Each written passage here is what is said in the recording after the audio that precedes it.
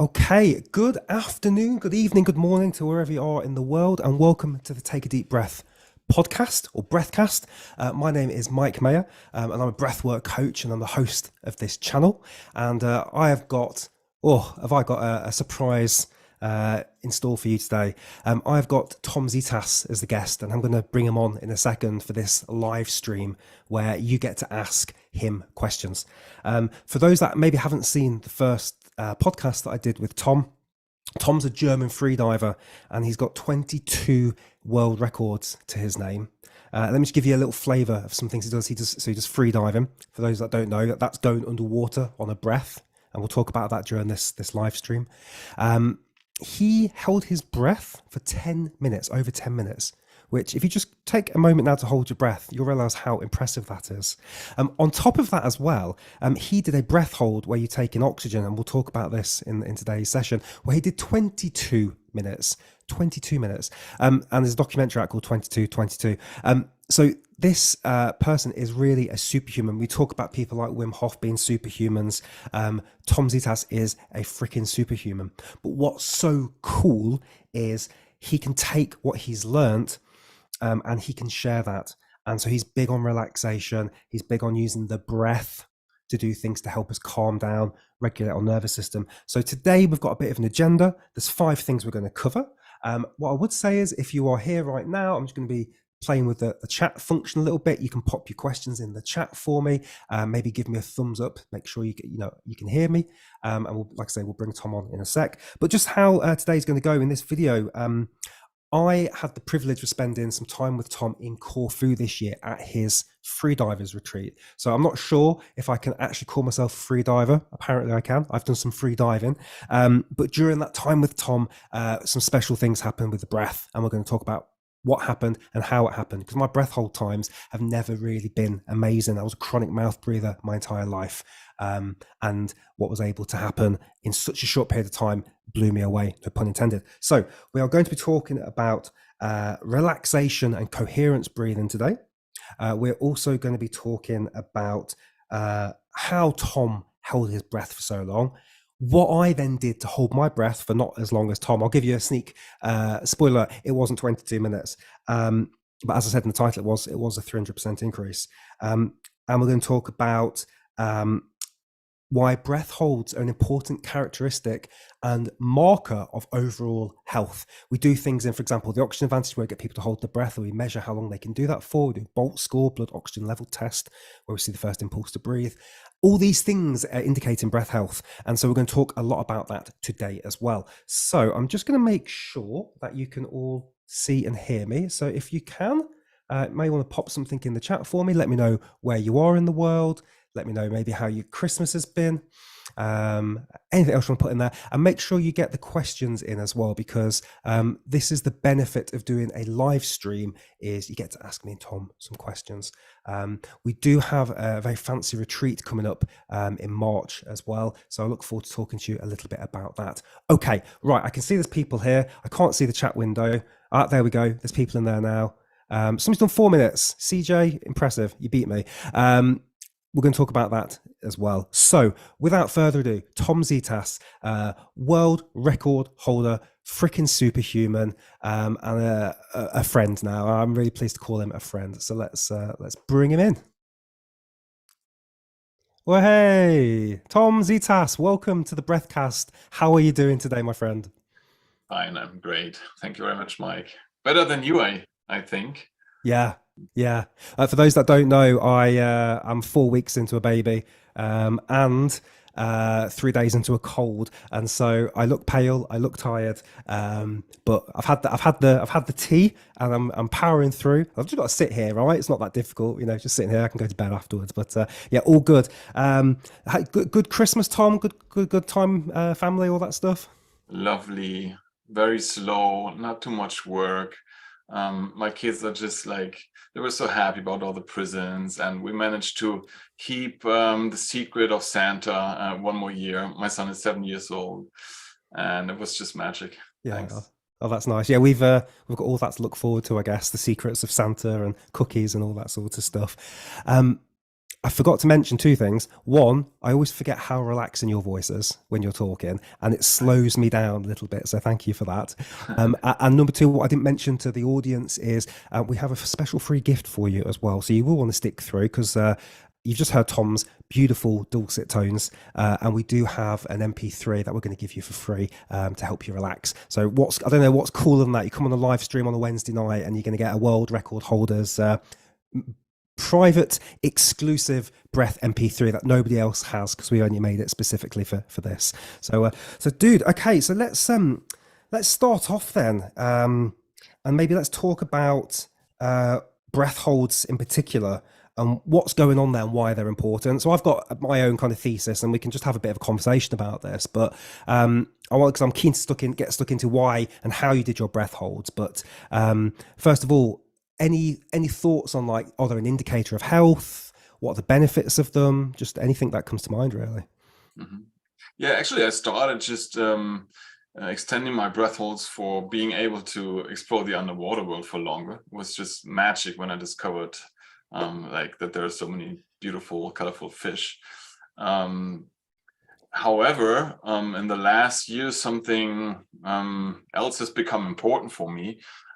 Actually breathing, what I do in order to prepare for the breath holds. So it's not only about holding your breath, it's also about the breathing beforehand, right? Is very helpful in slowing down your metabolism, your heart rate, reduces your blood pressure, and it has just in general lots of benefits for your health. So it increases your CO2 tolerance, which is important to supply your cells with oxygen. It's also important to improve your fitness due to increasing the number of red blood cells. So there's a lot of things going on. Also, like the mental health aspect is crucial, because what we do when we hold our breath, we just manage to stay underwater. And even though at some point there's an urge to breathe setting in, this air hunger, we manage to still focus on relaxation and trying to see the whole thing positive, which is a very effective exercise in order to be able to focus in everyday life. So actually, it's a very mindful process. So there's just so many things going on that are helpful for many things, like being able to work under pressure, but also like health benefits. You know, that's a big thing. There are so many beautiful books written about it. I'm a fan of the Buteyko method, and then there's coherence breathing, which increases your heart rate variability. That is an indicator for being able to deal with pressure, for a balanced nervous system, and also for longevity in the end. So lots of things, like the breath can change literally everything for you. Yeah, I remember, like, I think we spoke about this a few times, you and I, but trying to think that I was fairly fit, but then my breath holds not matching up with like my fitness levels. And I've seen this with other people when I work with clients one-on-one. So for example, I had a lady that had long COVID, and she was quite fit and been fit her whole life, but then I think her breath holds were like 3 seconds after she got long COVID. So it's a clear indicator that something's going on there, something's not right. And I'd struggled. I'd gone through the Oxygen Advantage training a couple of years before we'd met, but it was really during our time in Corfu that everything changed for me. So I'm so excited to get stuck into that in a little bit. So I'm going to just tease people with that, because what you were able to do with me in 3 days blew my mind, and it's just incredible, truly life-changing retreat that was. So, but I'm going to just pause on that and come back to that, because we're going to talk about you first. So you did 22 minutes and 22 seconds as a breath hold, which I can't even get my head around that. I can't stand, you know, I get a couple of minutes and I'm freaking out. And so could you just talk to us a little bit about why you did that and how was it? And then maybe we can pick into it a little bit. Yeah.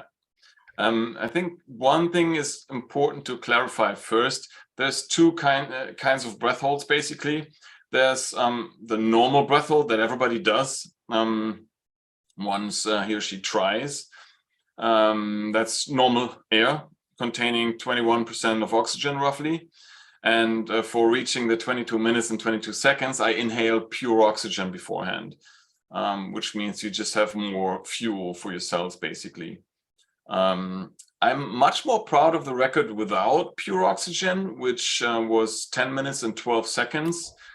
So that's the normal breath hold. However, I also managed to train a lot for the oxygen breath hold. Yeah, the reason why I did that, I already mentioned, like I had a huge, strong motivation to get into the water and stay there for longer times. That's how it all started for me. However, at some point, my ambitions for being a good athlete took over. And so I started training. At that time, I wasn't able to play soccer anymore because I hurt my cartilage in my knee. So I was looking for a new sport. So I was really, after some time, here in Germany, we don't have beautiful corals and stuff like that. So it was more or less the pool I went to in order to hold my breath and go for long distances underwater. So at some point, like my colleagues took me to a competition, and then, I was just very ambitious to improve my times and distances. So that was the start. And then I was really successful after a while. I was really thorough in my training regime. And I found out lots of things that were helpful about breathing, about meditation.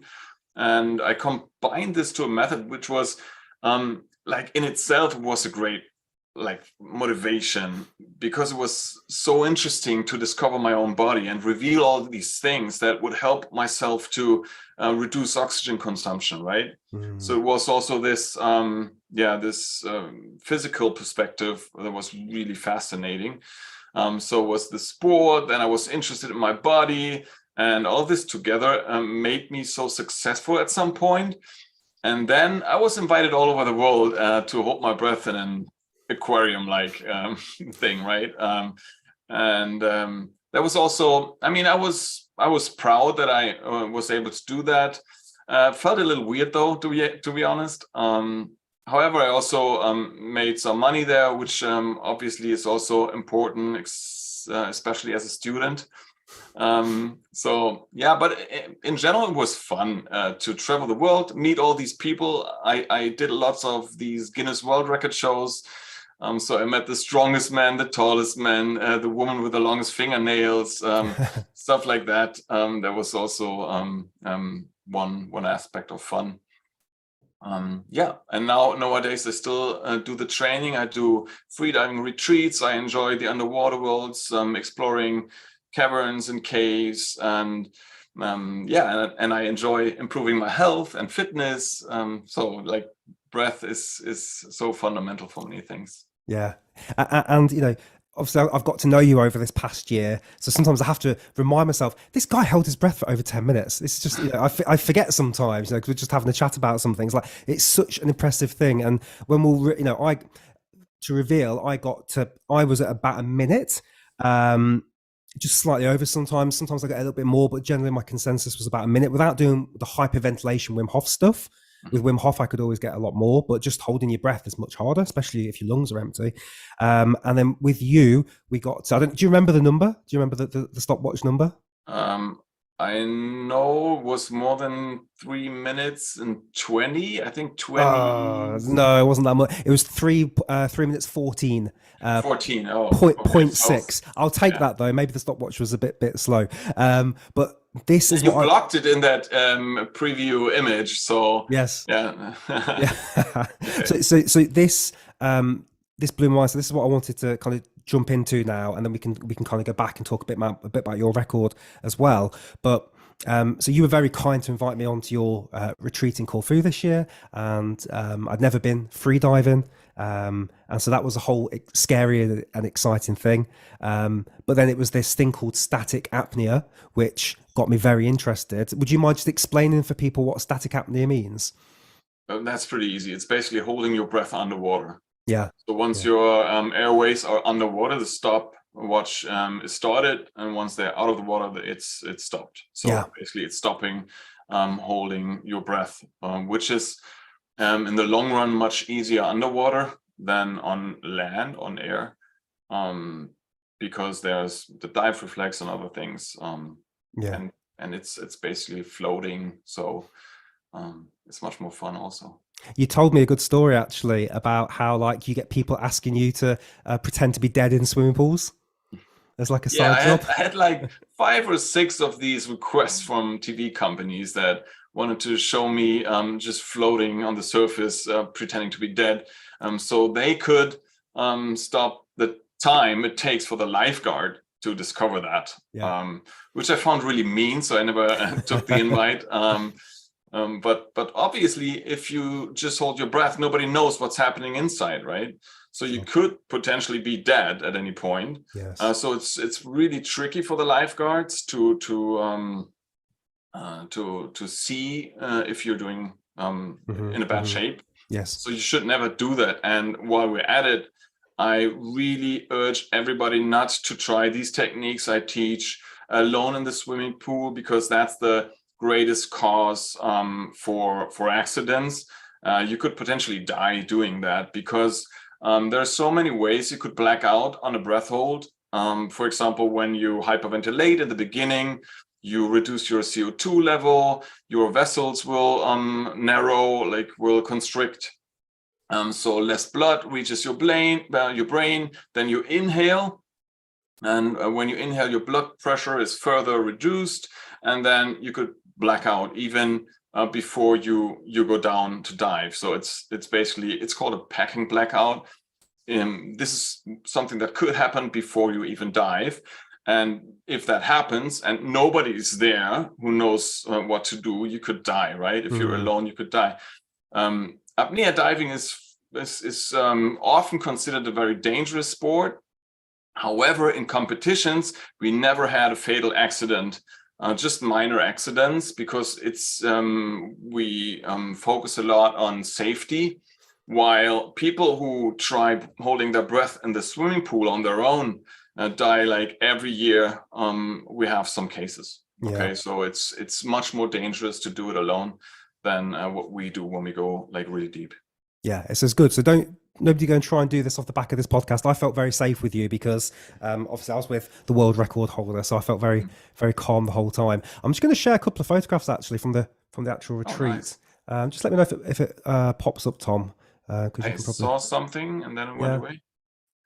Oh, there it is. Cool? Yeah. So this was the pool we were in, and this is me getting ready to do the free dive. And so it was just for people watching, it was just a lovely environment to be in. It was a really nice, intimate group of people, made some good friends there as well. And so each day we would get into this pool and we'd put on our wetsuits, and we would go through the process and the techniques that Tom taught us before we got into the pool, but also then in the pool itself. And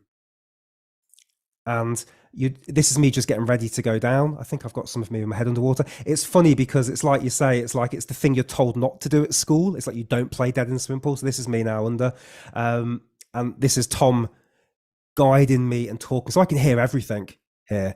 And what was really interesting as well is, I think you mentioned this a little earlier, was you want to really do everything you can not to use too much CO2, too much oxygen. And so even just to make sure that I'm okay, I'm just literally just moving my finger very, very lightly, just the smallest, because if you move your finger too much, you might burn a little bit too much oxygen.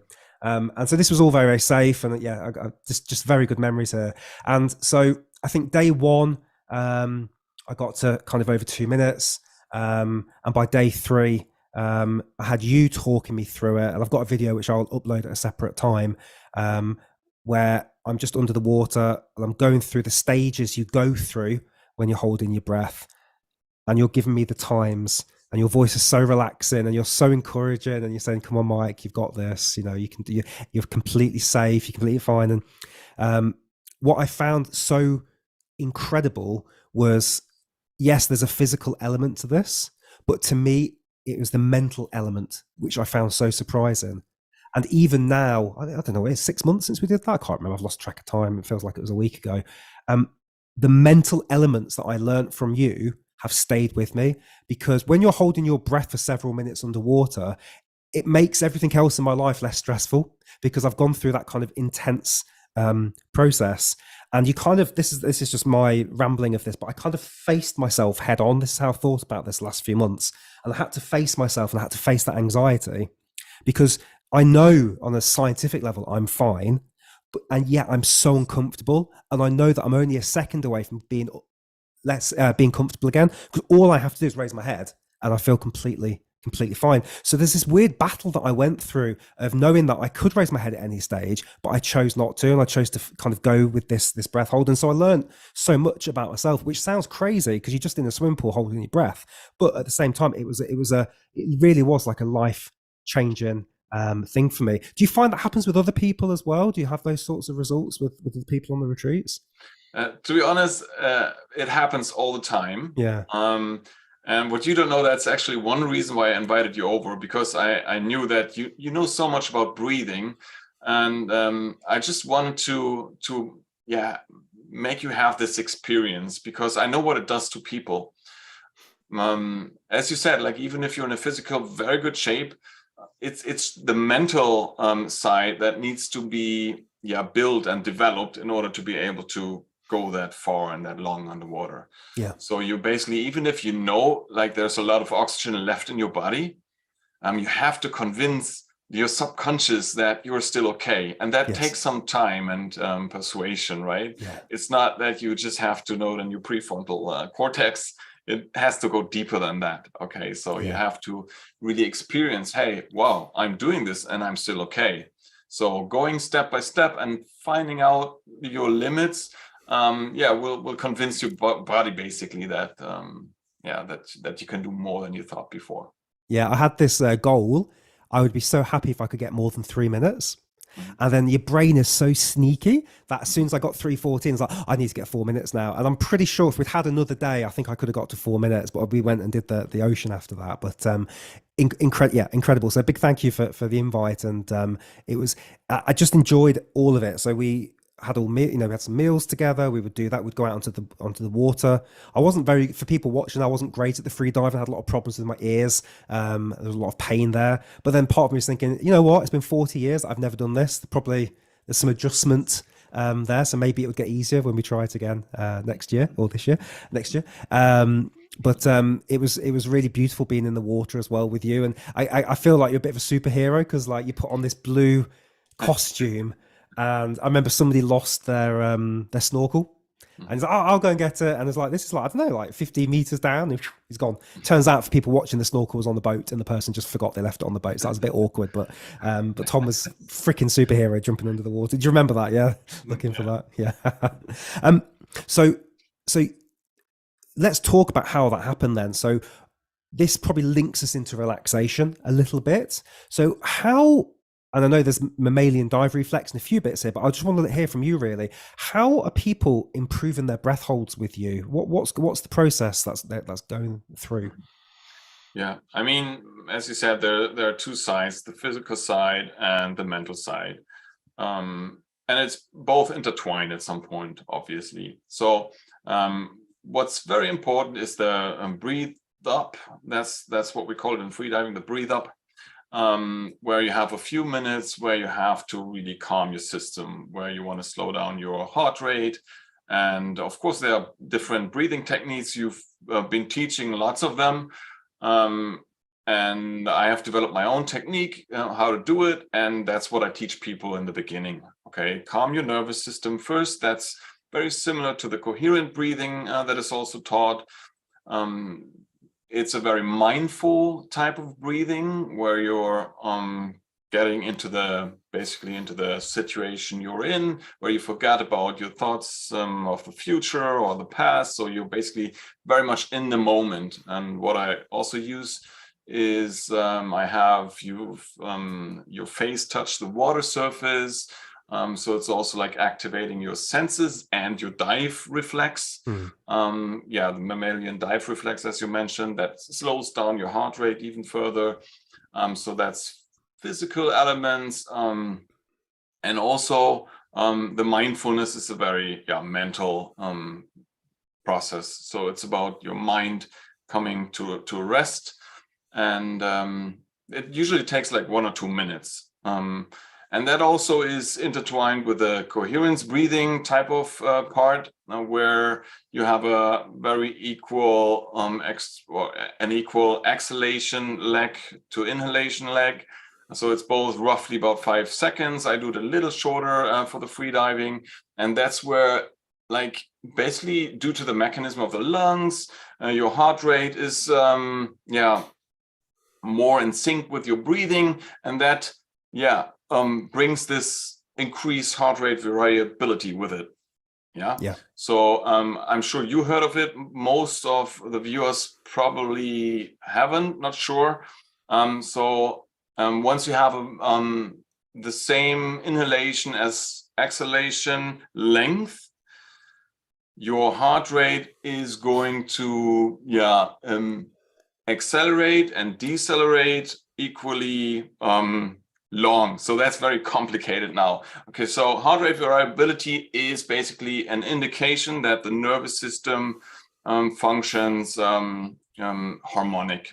So, which means like the parasympathetic part of the nervous system and the sympathetic part of the nervous system function in balance. Okay, so the impulses of the nervous system lead to the heart rate increasing and decreasing again. And if that's in balance, then you can see this nice sinus shaped curve.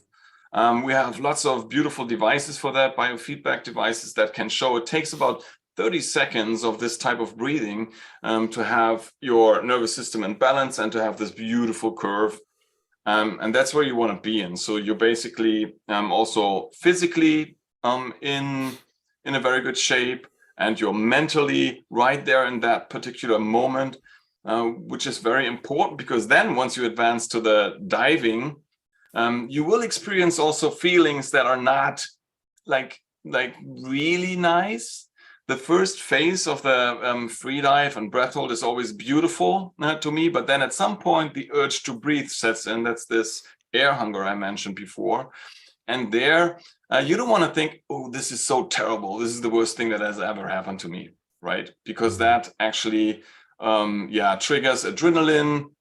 Your heart rate goes faster. You waste a lot of oxygen. So one of the greatest challenges in freediving is that you stay calm, even when it feels uncomfortable. So just accept what's going on, and not going into this paranoia or panic mode. Yes. Yeah. And so people that have been watching my channel for a while will know that my career started, or my journey started, with Wim Hof like 6 years ago now, over 6 years ago, which is mental. And with that sort of breathing, you're huffing and you're puffing. And to some degree, the harder that you huff and puff, the greater the experience. And so, you can really go for it, and you get lightheaded and you see all these visuals. And I heard this wonderful analogy from another breathwork instructor called Michael Biker. He says it's like if you're standing out and you're seeing all the stars, and it's like, wow, look how beautiful it is. And you're standing on this hill and all the stars are so light, and you can hear the wind going through the trees, and it's like, oh, this is just beautiful.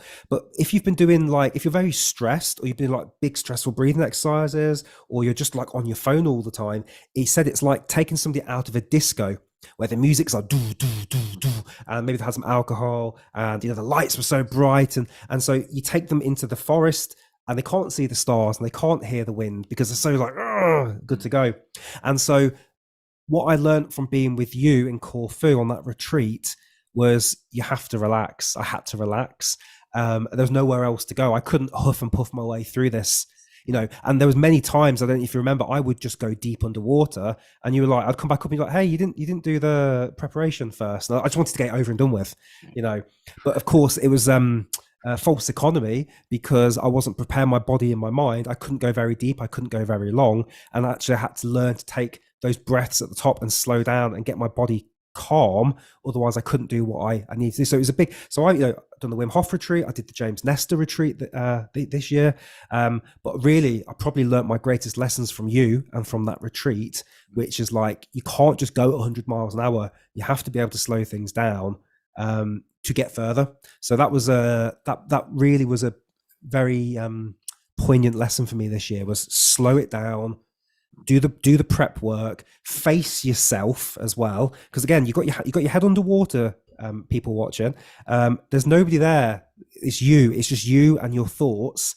Maybe you've got some goggles on. I did sometimes I didn't. So you just see blurry water and you're just with yourself. And so that can be quite a scary thing, because I'm very easily distracted, you know, as I'm sure most people are.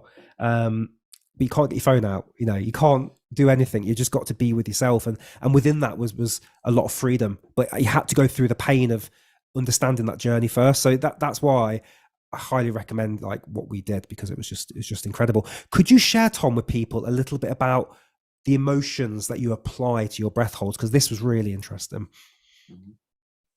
Sure. At some point, I just found out that it works much better once I'm in a positive mood. And that's, I mean, that might seem obvious, but it took me a while to figure out how fundamental, how powerful it is to be in a positive emotional state. There's one story I like to tell that I went through in Vancouver, Canada, during my first World Championship. It was a great experience. We had a lovely team, and we were there with the goal to become world champion. So we trained a lot and arrived 3 weeks earlier before the championship. And in training, it didn't go so well. Like the times were about 8 minutes, which for me wasn't like the greatest. Anyway, the competition arrived and everything went well. So I managed to reach the greatest depth, and we became world champion. I managed a time of 7 minutes and 10 seconds. And I was far from what I could do. And after we won, of course, we were all happy, cheering, hugging each other, in such a positive mood that, I was in a good shape, let's say. And the important part is that after the competition, I was asked to do another demonstration dive. And in this demonstration dive, suddenly everything went so much better. At some point, I realized, whoa, I'm going to reach that 7 minutes and 10 seconds easily, which was the best time of the competition. And I surpassed it. Like it was 7:30, and then 8 minutes, 8 minutes 30, 8 minutes 45, 9 minutes, 9 minutes 15. So I went much further than I did like the month before the competition. And so I began to wonder, like, how was this possible? Even in training, I wasn't able to do it. And of course, one obvious thing is that the pressure was off. But even the month before in training, I wasn't able to score that amount of time. So it was much more than that. So I think one part of the reason why this breath hold was so great was my positive state in that moment, and that's why I began harnessing these powers. So that's why I teach my students to get into a positive emotional state beforehand. And that's that's just me, like having this one experience. Everybody can tell you stories, right? But check the science on this; it's huge. Like even 20 years ago, we had already studies that prove that our cognitive performance as well as physical performance are so much higher when we experience positive emotions compared to negative ones. So lots of studies I could mention. Just read up on this. It's just so powerful, and I love it because it means like when you teach other people, when you're with your family, that everything is much easier when you're in a positive mood. And the greatest thing about it is that you can influence your mood and your emotional state. It's nothing that must be left to coincidence, right? So you can influence it. Your thoughts influence your emotions, right? And by that, you can trigger like your natural powers. So many happiness hormones and other things are released only due to the thoughts you're thinking, right? And that's something you can influence. And I know that at some point I always had this image of a beautiful kid. I love very much. She was smiling, 2 years old. Her name was Mimi. She's a friend of.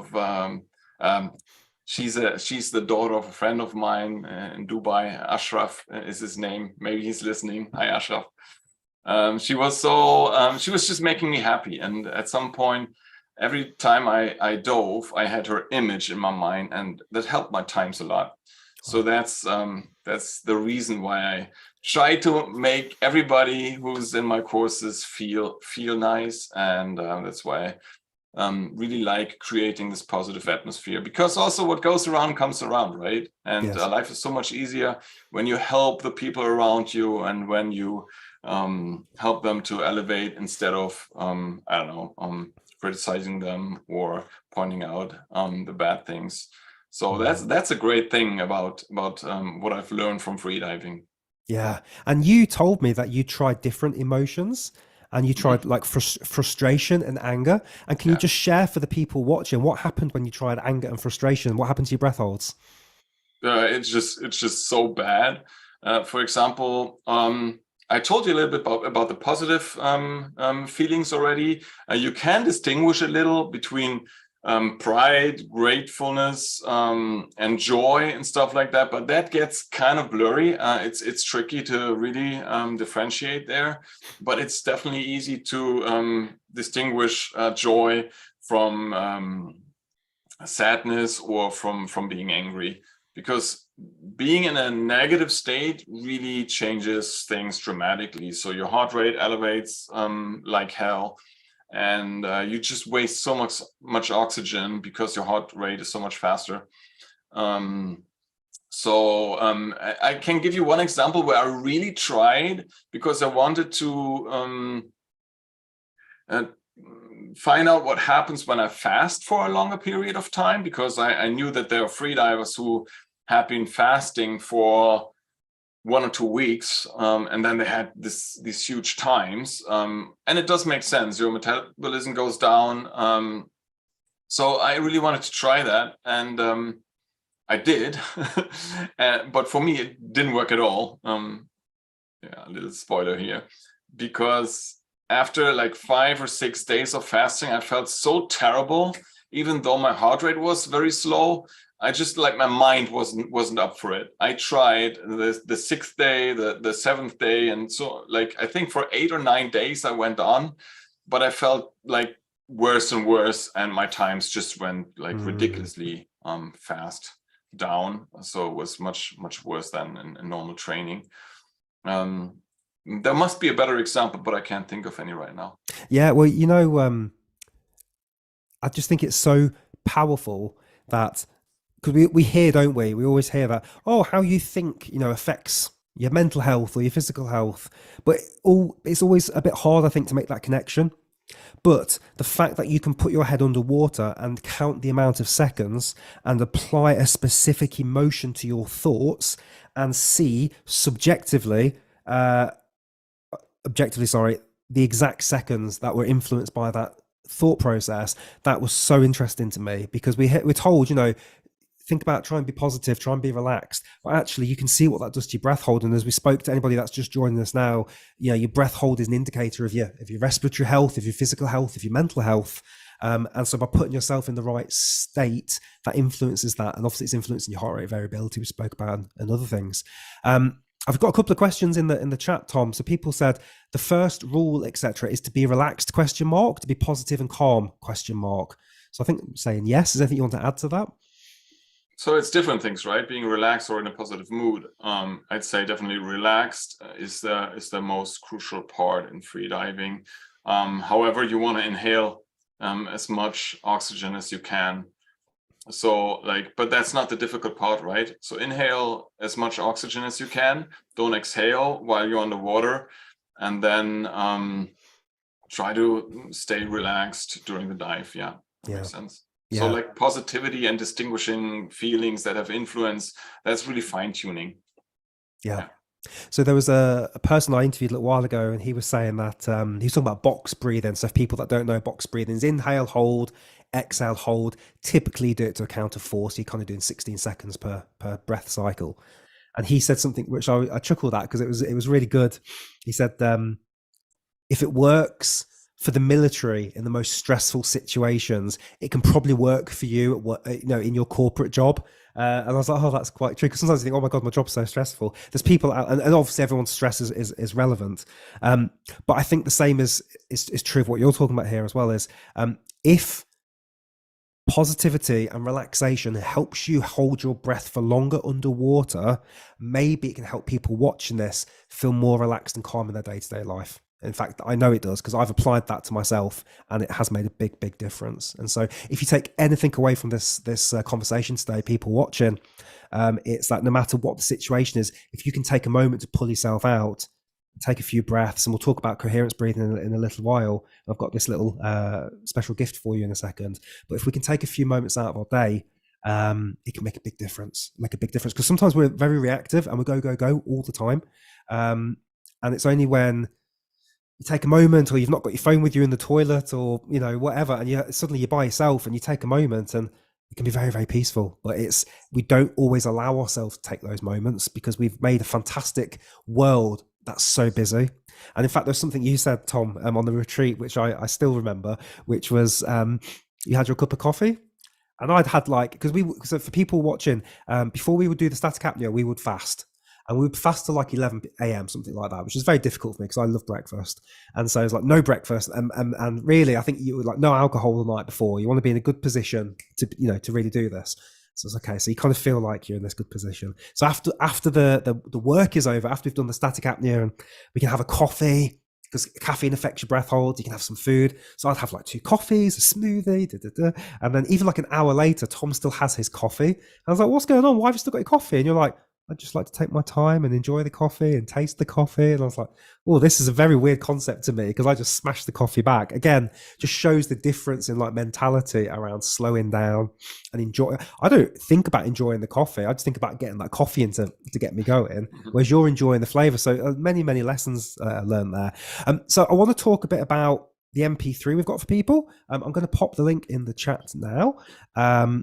And I'll talk a bit about it. So the reason we put this together, many reasons, but for me personally, your voice just did it for me when it came to the free diving, because we had our other people there that would talk to me while my head was underwater.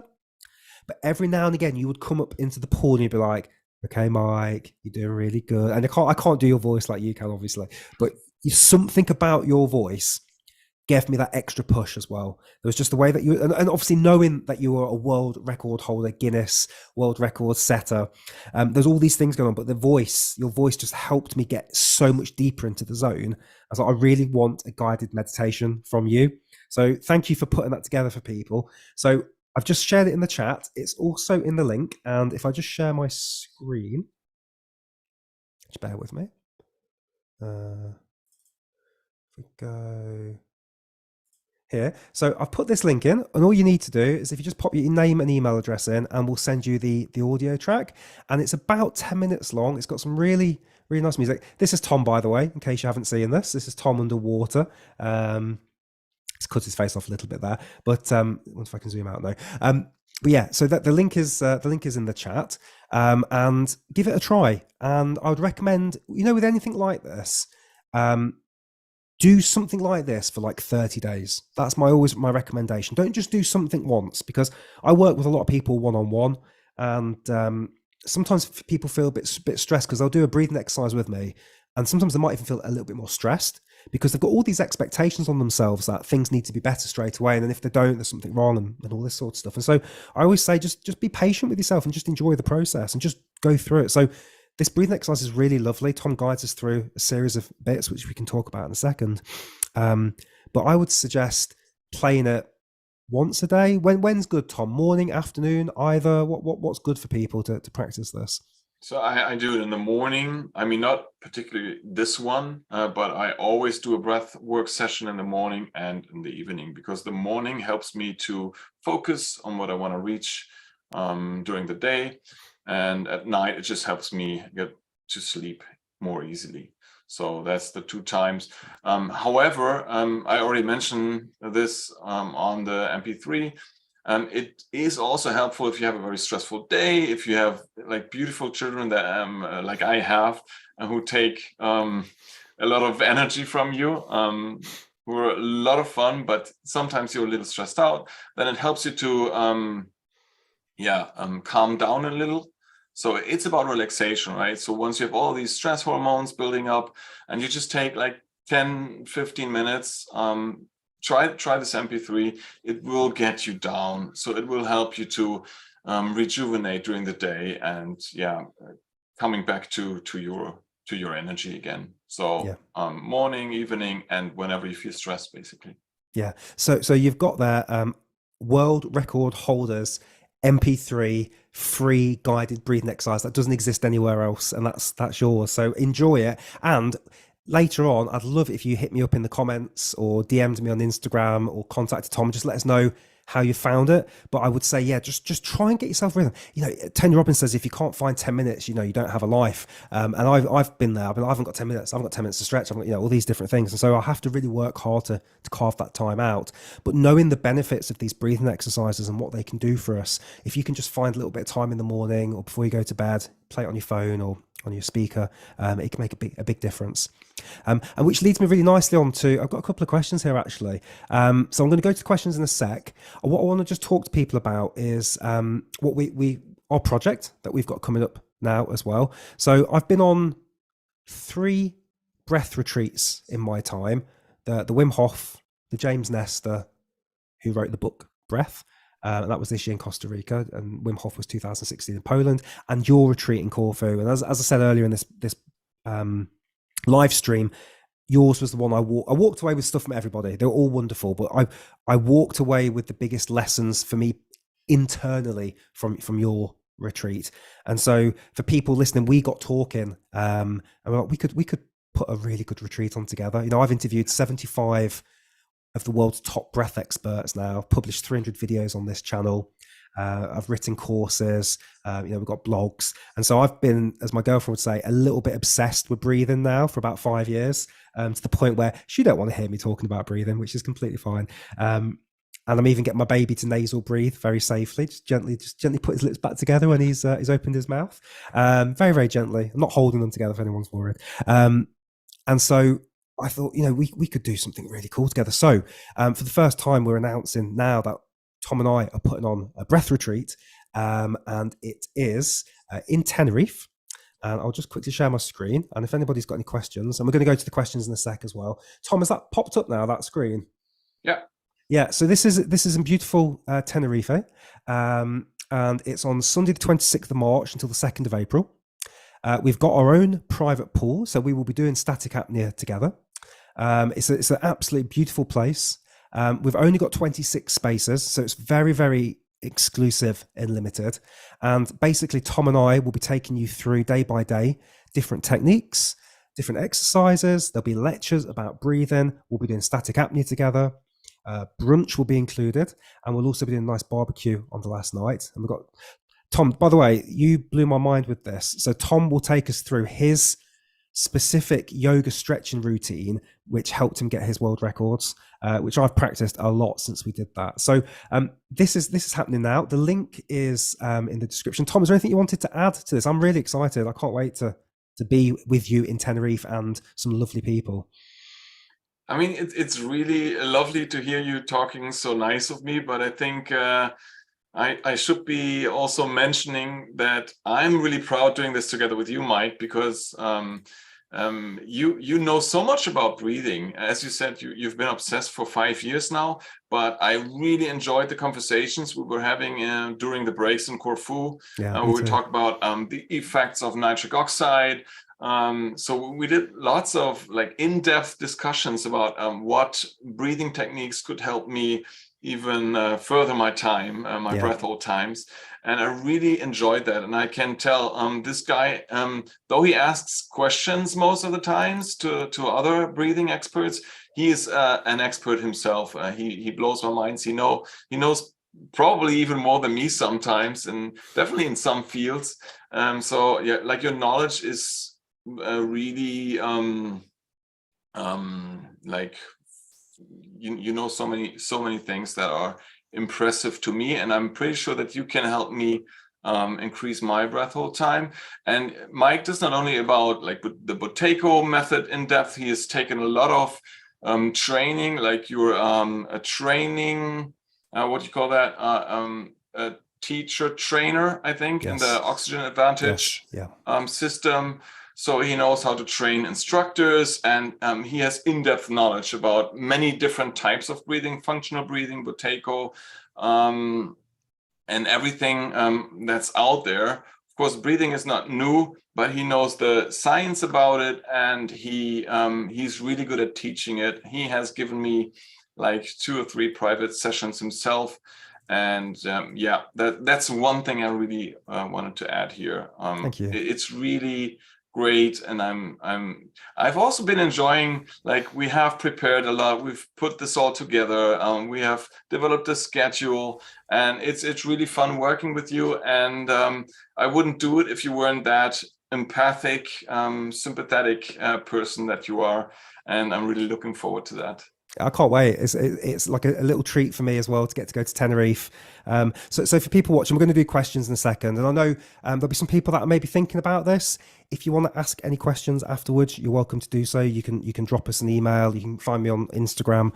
For those of you that just want the free MP3, that's yours. You take that and you practice that relaxation. But if there's people watching this right now and thinking, do you know what, I really fancy a retreat.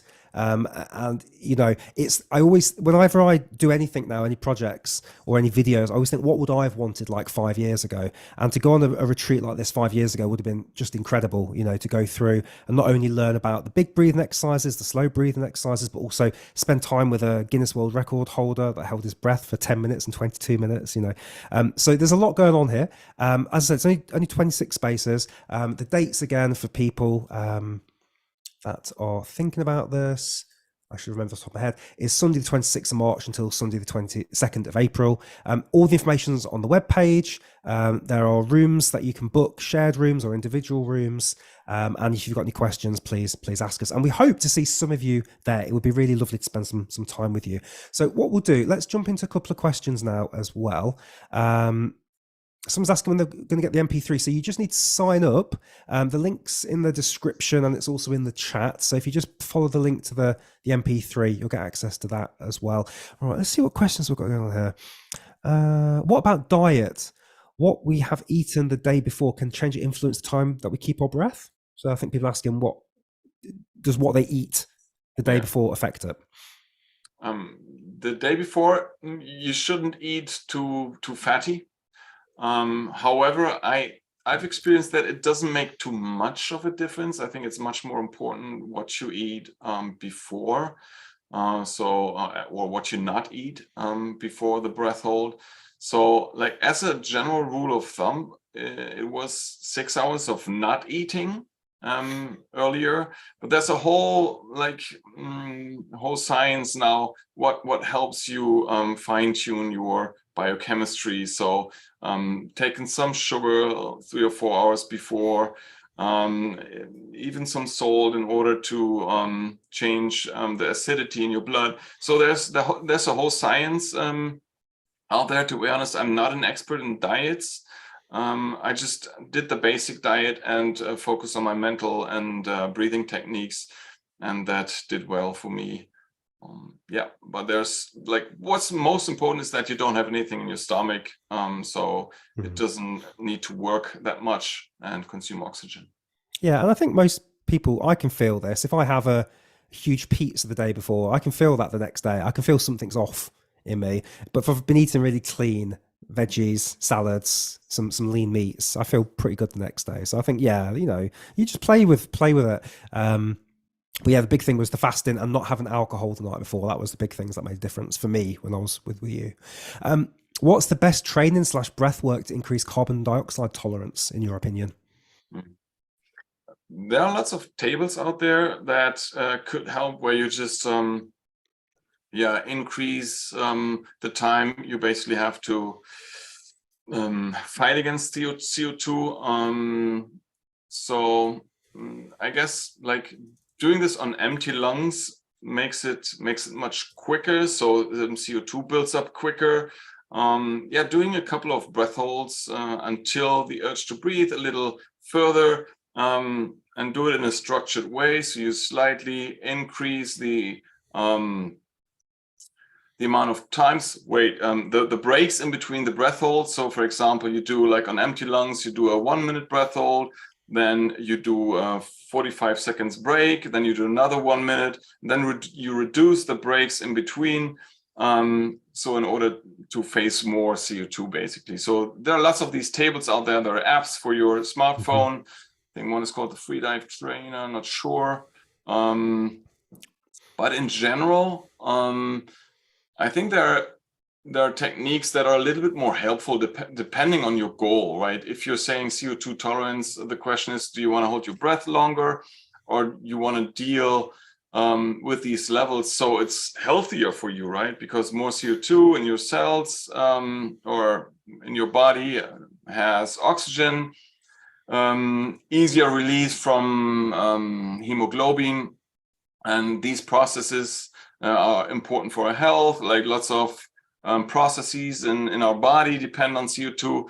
And that's how the whole Buteyko method was developed, because Niels Bohr found out that the CO2 is really helpful. So if that's the reason why you're doing it, I would read up on the Buteyko method, reduce your breathing rate over the time, just practice this for like half an hour a day or something. Focus on just like getting down this breathing speed, because normally we tend to hyperventilate, so we breathe too much and too quick, especially when we're stressed.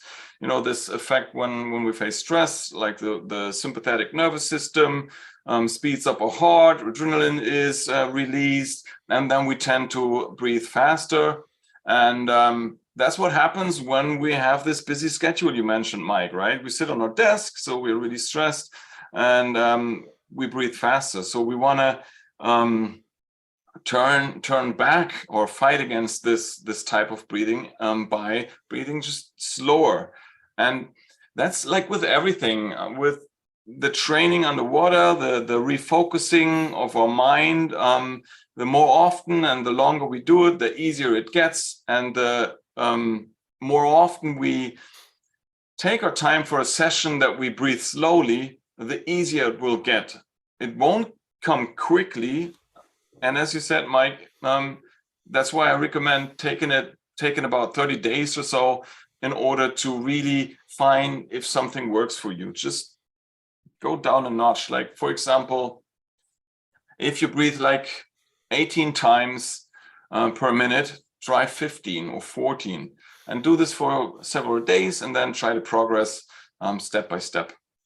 Long answer. I hope. No, good. That was good. Yeah, I mean, for me, the biggest game changer I found is the coherence breathing, because once you get down to 5 or 6 breaths per minute, your CO2 tolerance is going up. And whenever I do that, I'll be lying down here now and I'll be doing my coherence breathing in the mornings. My breath holds normally got by about 50%.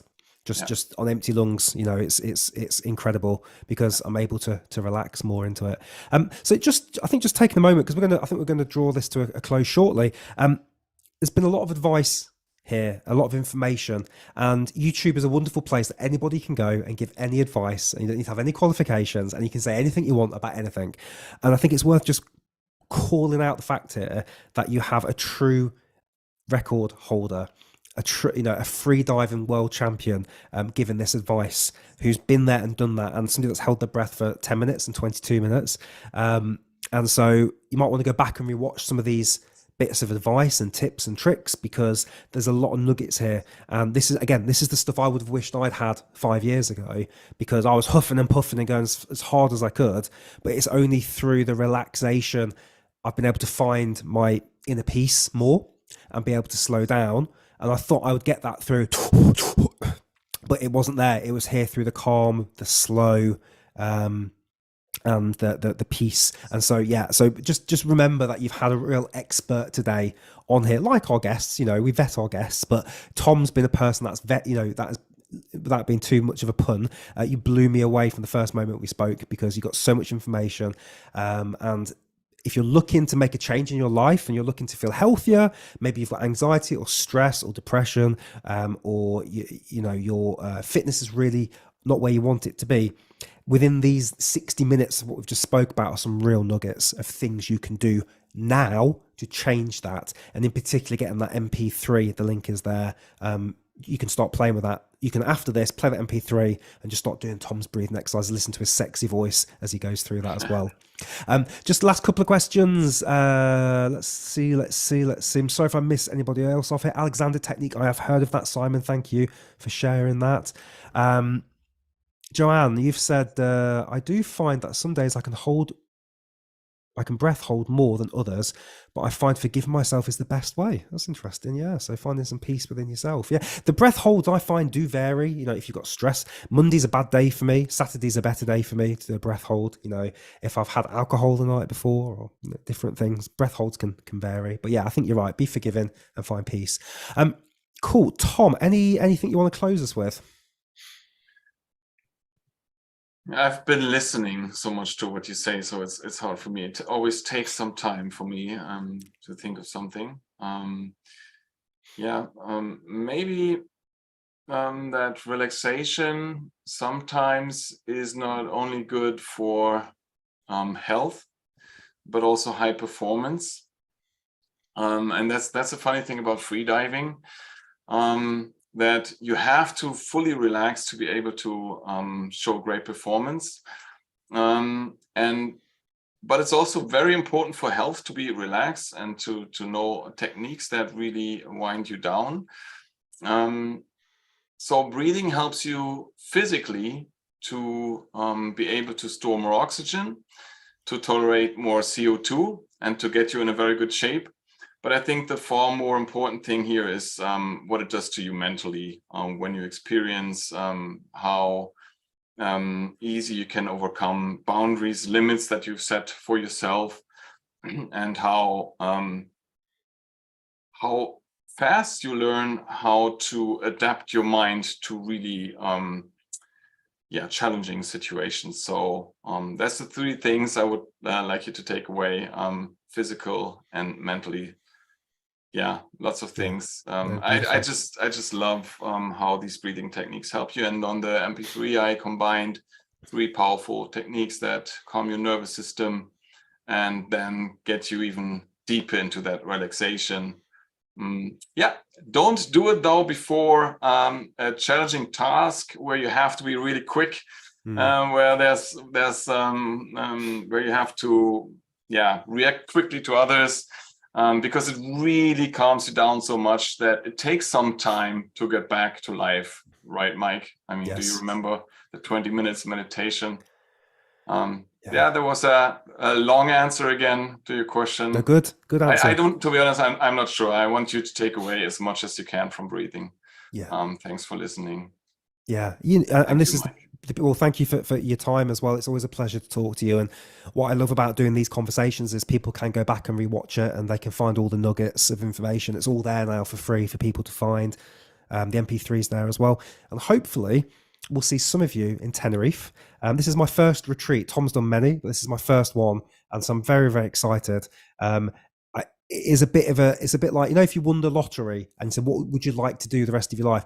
To go to beautiful places and teach people how to breathe is I've won the lottery there. So I'm so excited and I can't wait to meet some of you in person because I get lovely emails and people leave me comments, but it's still on the computer. And so I've been to a few breath festivals this year in England and I've met some people that have seen the channel and that's really weird. And they've listened to the podcast and they know my voice, but at the same time, it's been really lovely to meet some of you. And, you know, I'm 5 years into this YouTube journey now, so you can see everything. You can see me at the very start, not having a bloody clue about breathing, trying to figure it out. And then slowly 75, 76 episodes, maybe even more now. Maybe we've done 100 episodes. They've just not been released yet because I'm a bit slow. And picking up things from different experts over, you know, scientists, authors, free divers. And to get to see the same patterns come up over and over again, like relaxation is really important. Big breathing exercises are very cool and they do some very, very cool stuff. But actually, for me, the magic's in the slow stuff. It's relaxing. It's finding her in a calm. The world's already too stressful, right? And so I think we just need to take a breath. And thank you for getting me a 300% increase in my breath holds in Corfu. I never thought I could get 3 minutes, 14 seconds. And maybe in Tenerife, we'll get that to 4 or 5 minutes. We'll see. And anybody's got any questions, it's at takeadeepbreath.co.uk on Instagram, or it's www.takeadeepbreath.co.uk for the website. And Tom, your website? tomsietas.de. I think it's also in the comments. Yeah, it's there. Wonderful. Yeah, I've just seen Fluke has joined us. Good luck in Tenerife. Thank you, Fluke. And Lady Spellbreaker. Yeah, you're saying it's helping with your heart rate. Okay, so we will call it there. May I just say, I hope everybody has a beautiful new year.